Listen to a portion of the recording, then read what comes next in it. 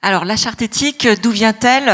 En fait, on y a pensé pendant les assemblées citoyennes et elle a été co-construite par un groupe de travail et nous nous sommes appuyés sur la charte Anticorps, Anticorps comme anticorruption, qui est un référentiel en matière de déontologie.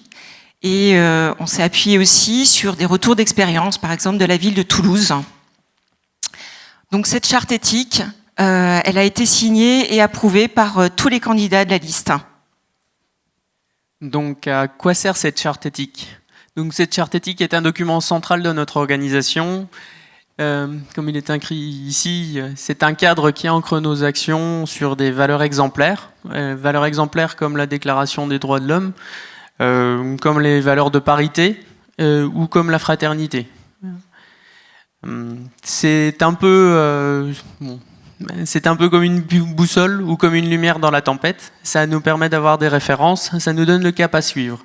Et si les conseillers municipaux sont un peu perdus dans le cadre de leur fonction et ne savent plus où aller, ils peuvent s'y référer pour savoir si leur action respecte la déontologie ou pas.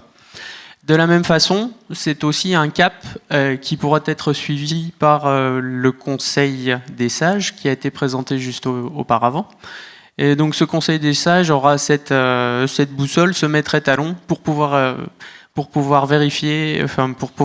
évaluer l'action des conseillers municipaux pendant la mandature. Donc que contient-elle ? Nous avons regroupé 3 pavés qui sont d'abord un engagement à encourager la participation citoyenne. Donc un exemple de cet encouragement, c'est encourager la participation citoyenne dans toute sa diversité. Par exemple, en incluant les élus de l'opposition, donc les élus minoritaires, à la gestion de la ville. Donc par l'expression d'une diversité de points de vue, le débat sera enrichi et Montigny en sortira plus forte.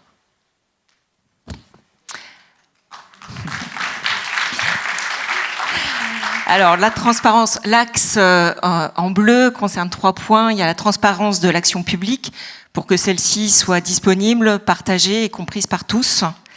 On a aussi la lutte contre la corruption et les conflits d'intérêts. Par exemple, les élus s'engageront à ne pas accepter de cadeaux ou d'avantages de la part des entreprises.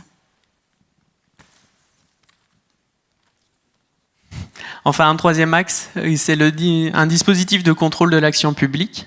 Et nous avons un engagement de nos élus, au travers de leur signature de la charte éthique, à participer et à s'impliquer dans le conseil, mais aussi dans toutes les commissions. Cette participation sera contrôlée.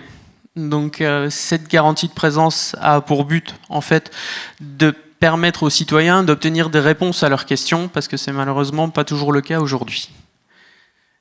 Donc, ces 3 axes qu'on vient de vous présenter ici, et cette charte éthique de manière générale, permettra d'avoir une fondation stable sur laquelle nous pourrons bâtir avec vous une action efficace.